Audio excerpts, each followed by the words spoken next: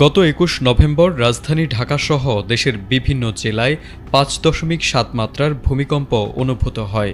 এতে বেশ ক্ষয়ক্ষতির পাশাপাশি সাধারণ মানুষের মধ্যে আতঙ্ক সৃষ্টি হয়। এরপর থেকেই নতুন করে আলোচনা শুরু হয় দেশের কোন এলাকাগুলো অপেক্ষাকৃত নিরাপদ আর কোন এলাকাগুলো অনিরাপদ। আবহাওয়া অধিদপ্তরের এক মানচিত্রে দেশের ভূমিকম্প ঝুঁকিপ্রবণ এলাকা চিহ্নিত করা হয়। ঝুঁকি বিবেচনায় সমগ্র বাংলাদেশকে মোট ৩টি জোনে ভাগ করা হয়েছে।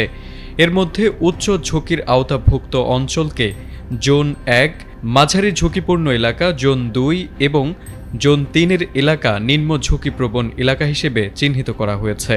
প্রকাশিত মানচিত্র অনুযায়ী দেশের উত্তর ও দক্ষিণ পূর্বাঞ্চলের কয়েকটি এলাকা জোন ১-এর আওতায় সর্বোচ্চ ঝুঁকিপ্রবণ হিসেবে চিহ্নিত।